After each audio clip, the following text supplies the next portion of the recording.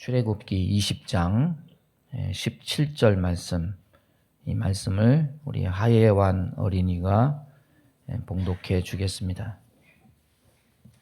내 이웃의 집을 탐내지 말라. 내 이웃의 아내나 그의 남종이나 그의 여종이나 그의 소나 그의 낙이나 무릇 내 이웃의 소유를 탐내지 말라.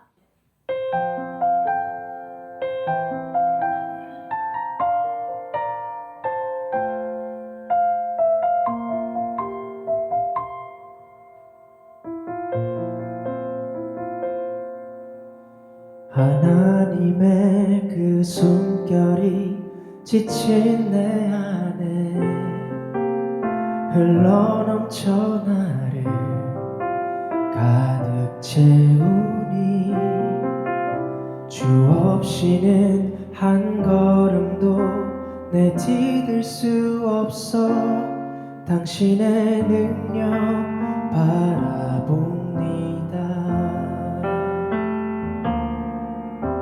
하나님의 그 숨결이 지친 내 안에 흘러넘쳐 나를 새롭게 하니 십자가로 지키셨던 그 말씀 따라서 나도 그 길을 걸어갑니다. 하나님의 사랑 날 만져주시네. 그가 내 삶에 찾아오셨네. 주께 드렸던 나의 작은 음성까지도 그의 맘을 다 기억하시네. 하나님의 숨결 날 숨쉬게 하네. 그가 내 삶을 받아주시네. 주께 드렸던 나의 작은 마음까지도 기쁨이라 불러주시네.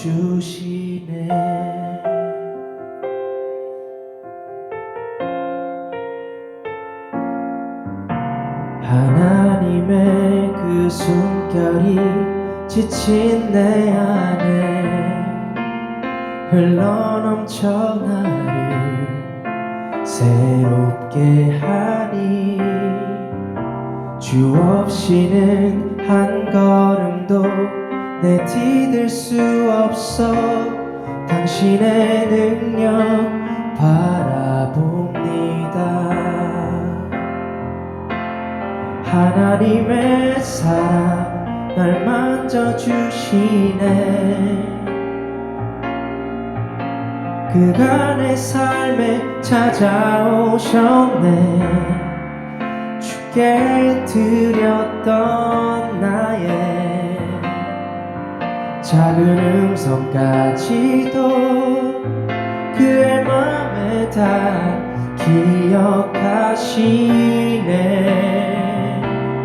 하나님의 숨결 날 숨쉬게 하네.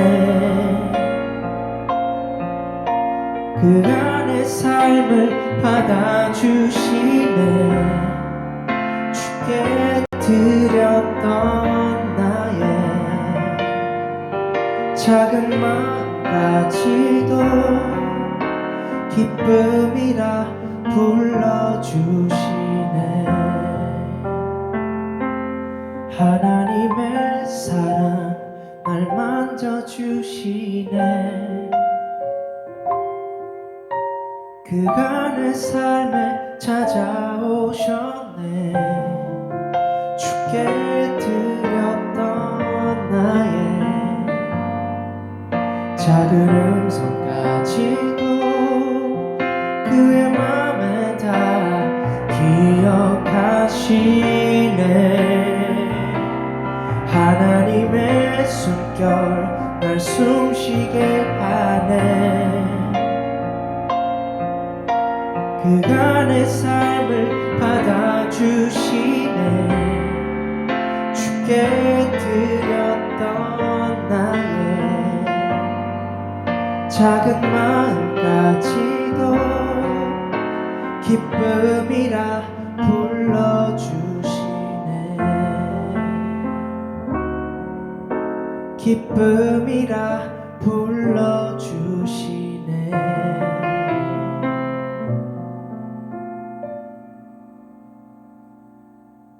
기쁨이라 불러주시네.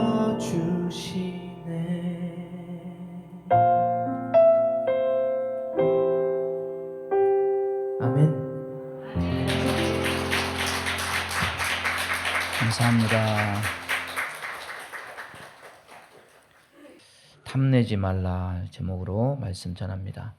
중국 어느 마을에, 시골 마을에, 정말 조용한 마을인데 이 마을의 가장 큰 사건은 뭐냐면은 집 나간 강아지 한 마리가 작년에 돌아오지 않았다. 뭐 이럴 정도로, 이런 것이 가장 큰 사건일 정도로 정말 평온하고 순박한 그런 농촌이었습니다.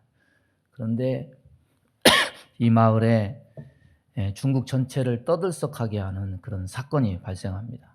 어떤 왕노인이라는 분이 자녀가 없어요. 그래서 늙고 병든 이 노인을 마을 위원회에서 보살폈는데 유산을 정리하는 책임도 맡았습니다. 그래서 남긴 재산이라고는 쓰러져가는 집 한 채. 그래서 이 노인이 죽고 나서 먼 친척벌인 친척 왕 씨에게 이 집을 넘겼습니다. 그런데 별 볼 일 없으니까 이거를 아주 얼씬도 하지 않고 이웃의 잔모 씨에게 헐값에 넘깁니다.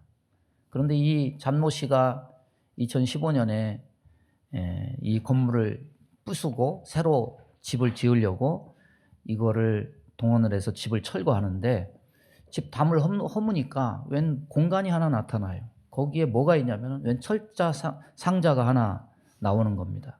그래서 그 자물쇠를 망치로 탁 해서 뜯어보니까 거기서 뭐가 나왔냐면은 은화가 128개가 나온 거예요.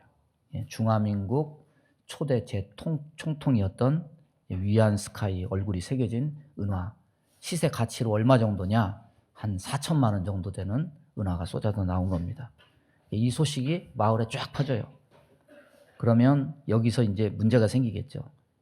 왕 씨가 이거는 우리가 판 것이 집이지 은화는 판 거 아니다. 그러니까 이거는 우리 거다. 또 이 집을 산 잔 씨는 뭐라고 그러냐면은 나는 대가를 주고 이 집과 이 집 안에 있는 모든 소유권을 다 넘겨받았으니까 이 집 내부에 보관된 일체의 물건 역시 내 거다. 그러니까 이거는 내가 찾아낸 거니까 내 소유권으로 있어야 되는 것이 당연하다. 이제 이 소유권 다툼에 누가 또 끼어드냐면 촌위원회, 그 노인을 보살핀 게 우리다. 우리가 부양하고 장례 비용을 다 치렀다. 그러니까 왕노인 말년에 부양하고 장례까지 치른 이 우리 위원회에 그 소유권이 있다. 그래서 이것이 이제 중국 전체에 다 퍼져서 이제 법정 소송까지 번졌습니다. 그런데 소송을 하다가 좀 분위기가 이상하니까 마을 사람들은 빠지고 이제 잔 씨하고 왕 씨만 거기서 막 법정 소송을 벌이는데 법정에서 뭐라고 얘기해 줬냐면은 은화는 최초 해당 물건을 숨겼던 사람에게 돌려줘야 되는데 그 은화를 최초로 숨겼던 사람이 결국에는 사망했으니까 이거는 어느 누구도 물증을 갖춰서 자기 거라고 주장할 수 없다. 이거는 국고에 환수돼야 된다.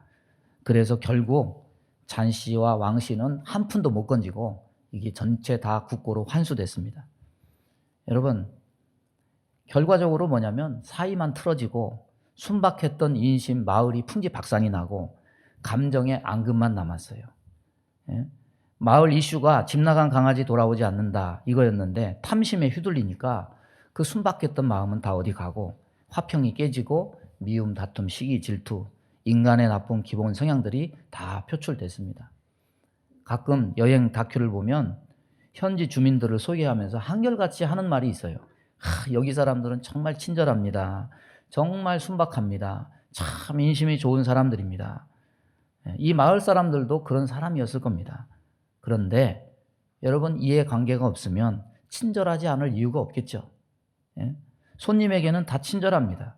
하지만 이해관계가 생기면 친구도 적이 되고 원수가 되는 게 허망한 인간 사이임을 실감하게 되는 겁니다. 오늘 본문이 탐심을 다루고 있습니다. 어찌 보면 우리 역시 기회가 없어서 조용히 살고 있기 때문에 탐심이 노출되지 않았을 뿐이지, 기회가 주어진다면 이런 일에 휘말리지 않으리라 우리는 장담하지 못할 것입니다. 말씀 앞에 겸손히 우리 자신을 낮추고 살펴보는 시간이 될 수 있기를 바랍니다. 여러분, 탐내지 말라, 이것은 십계명 10번째 계명입니다. 이 계명은 탐심을 죄로 규정하는 계명입니다. 여러분, 이 10번째 계명은 이미 반포한 5가지 계명과 몇 가지 다른 점이 보입니다. 5계명부터 9계명까지는 행위로 표현되는 죄입니다. 그런데 탐내지 말라, 이것은 행위가 아닙니다. 마음의 상태를 말하는 죄입니다. 이것을 인간 법정에서 다룬다면 5계명부터 9계명까지는 형사처벌, 민사소송, 이런 법률로서 죄를 물어서 정죄할 수 있지만은 10번째 계명 탐심은 인간이 가진 법률로 죄를 물을 수 없습니다. 세계 어느 나라 법률에서도 너 욕심 부렸으니까 너 감옥 가야 돼, 이렇게 단죄하지 못합니다. 도덕적 비난은 받을지언정 그것을 형벌로 다스리는 나라는 한 나라도 없습니다.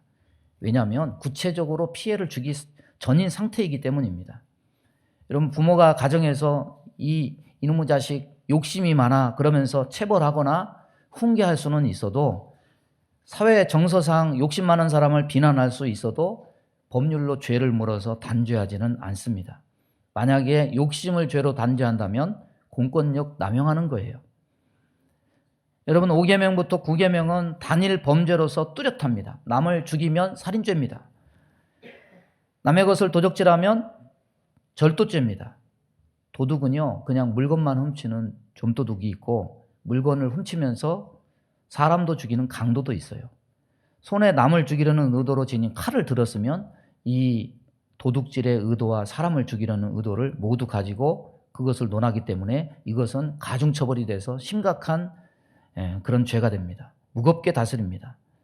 탐심이 무엇과 같으냐? 여러분, 탐심은 탐심죄, 이렇게 단일 범죄로 다룰 수가 없습니다. 탐심은 다중 범죄의 성격을 지닙니다. 탐심이 사람을 향해서 생길지, 소유물을 향해서 생길지, 어느 것을 대상으로 생길지 알 수가 없습니다. 물건에 붙으면 그것이 절독죄를 부추기는 것이 되고, 이웃집 여종에게 붙으면 이것이 간음죄가 될 수도 있고, 다윗처럼 눈이 멀게 되면 간음죄와 살인죄도 더불어 지게 만드는 것이 바로 탐심입니다.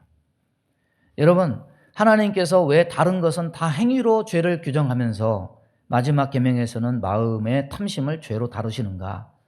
그것은 죄의 근원이 어디서부터인가, 이것을 알게 하기 위함입니다.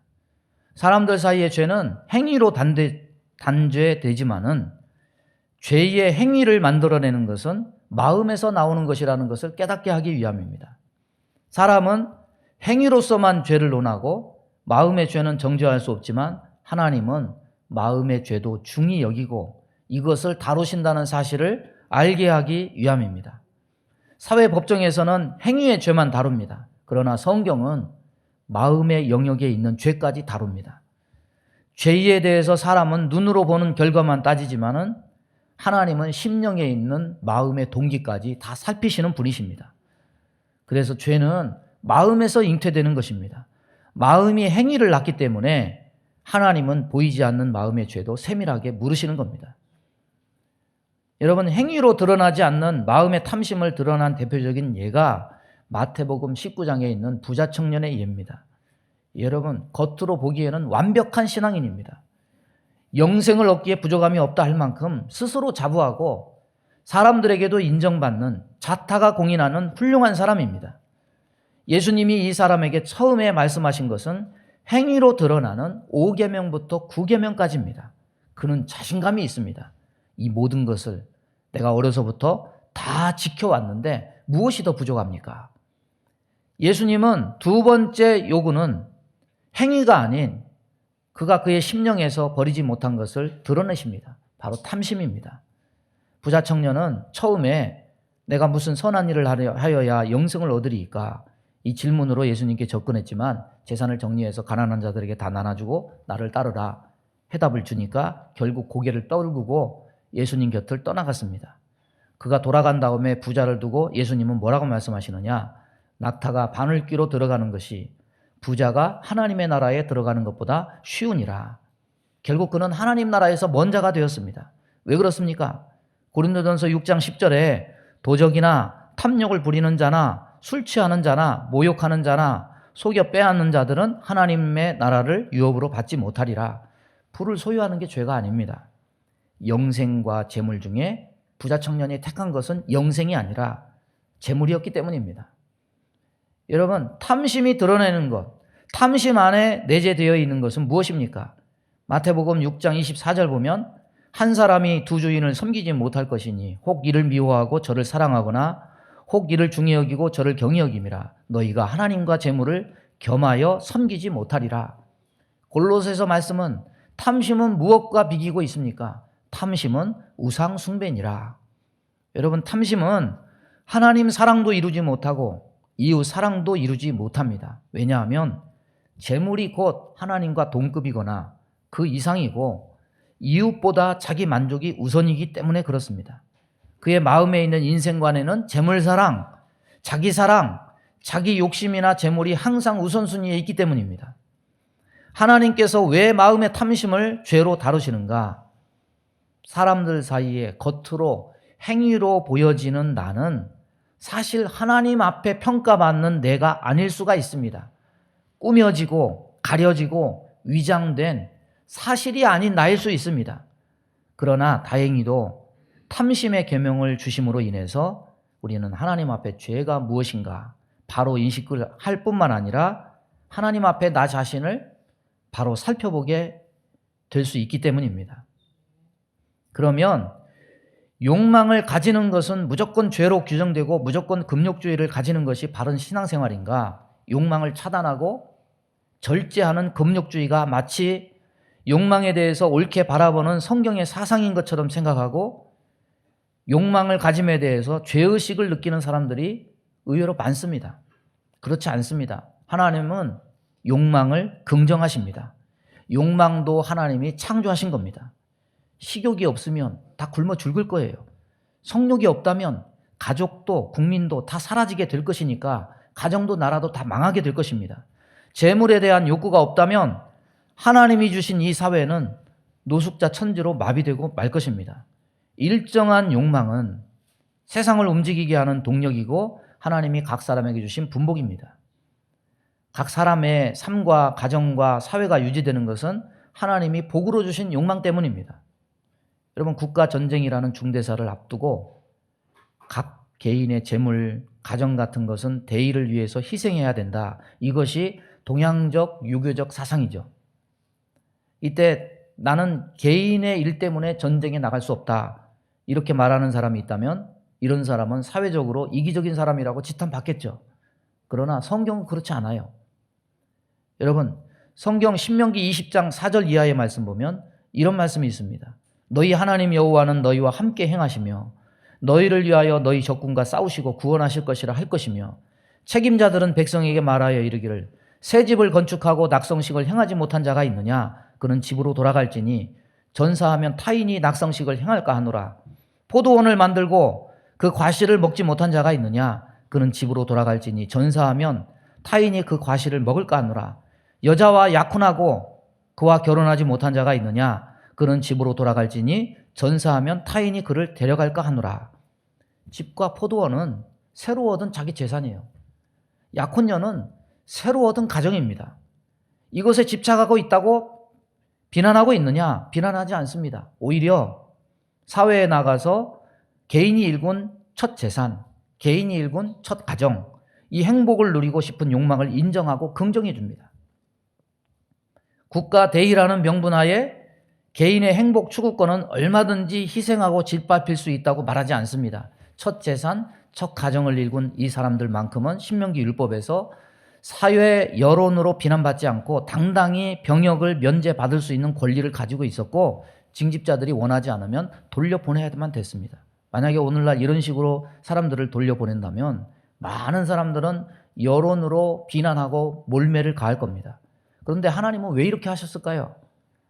하나님의 백성들에게 전쟁에 이기고 지는 것은 무조건 군사를 많게 하려 해서 각 사람의 모든 형편과 처지를 다 짓밟고 무시해서 사람을 강제로 징집해서 숫자 많게 한다고 전쟁에 이기는 것이 아니에요. 군사들이 하나님이 함께 하심을 믿고 신뢰하느냐, 하나님을 신뢰하지 않느냐, 바로 거기에 달려 있는 겁니다. 그래서 믿음이 없이 정신이 딴 데 팔려 있는 가운데 전쟁에 참여해서 그래서 전쟁에 진다면 그건 하나님의 이름에 먹칠을 가하는 것이 되는 거예요.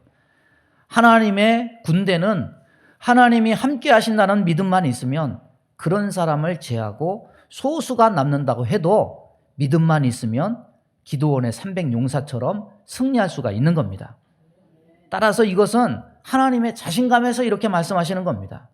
그러니 그런 마음속에 그런 것을 뒤로하고 아쉬움이나 섭섭함을 가지고 있는 자는 막지 않을 테니까 얼마든지 뒤로 돌아서 고향 앞으로 가서 그것을 누리라고, 신경 쓰지 말고 너는 괜찮다고 누리라고 말씀하고 있는 겁니다. 여러분, 역사 이래 교회 안에 가장 많이 퍼진 반성경적인 사상이 뭐냐면 영지주의입니다. 영은 선하고 육은 부정하는 거예요. 여러분, 이것은 영은 불멸의 존재로서 육체가 없어져도 존재하고 육은 영의 자유로움을 갇히게 만드는 감옥과 같은 것이므로 육을 악하게 보는 사상이에요. 여러분, 이거는 성경의 사상이 아닙니다. 이거는 헬라의 사상이에요. 여러분, 육체를 만드신 분이 누구십니까? 하나님이십니다. 육이 악하다면 하나님이 악한 분이라는 말이 되는 거예요. 인간이 영과 육의 혼합체로 만들어진 것은 저주가 아닙니다. 만약에 육체가 타락해서 악한 것이라면 예수님도 육을 취하여 오시지 말아야 했어요. 부활도 육으로 부활하시지 말아야 했습니다. 그런데 예수님은 육신으로 오셨고 성육신 하셨고 예수님은 다시 육체를 가지고 부활하셔서 제자들에게 나타나셨고 음식까지 잡수셨습니다. 육체는 더러운 것이므로 금욕은 거룩한 것이고 그렇지 않으면 난잡한 것인가? 아닙니다. 성경은 육의 성향을 악하다고 말하는 것이지 육체 자체는 선하지도 않고 악하지도 않음을 말씀합니다.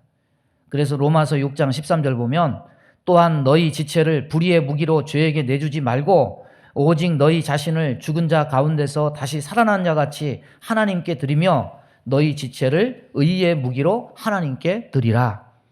우리의 육체는 하나님이 주시는 욕망과 생각을 따르느냐, 사탄이 주는 욕망과 생각을 따르느냐에 따라서 죄에게 내주는 불의의 무기가 될 수도 있고 하나님께 드리는 의의 무기가 될 수도 있을 뿐입니다.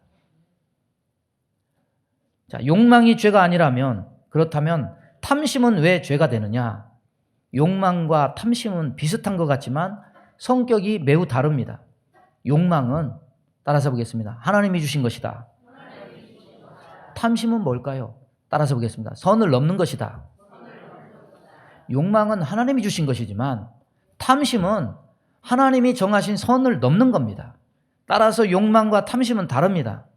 욕망은 하나님이 인간에게 주신 기본 성향이지만 탐심은 인간의 마음에서 삐뚤어져 나오는 겁니다.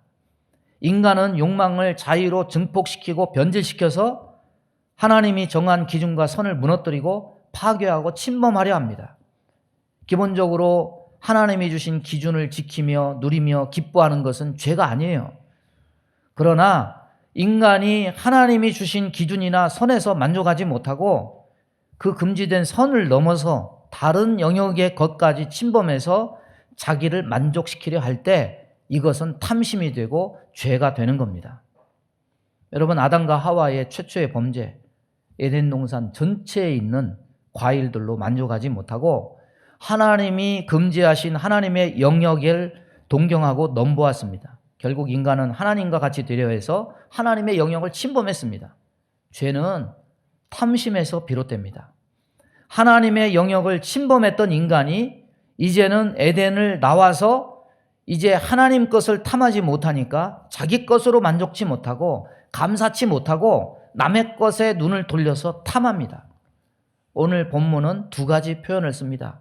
하나는 물리적인 부동산 같은 집을 탐내지 말라.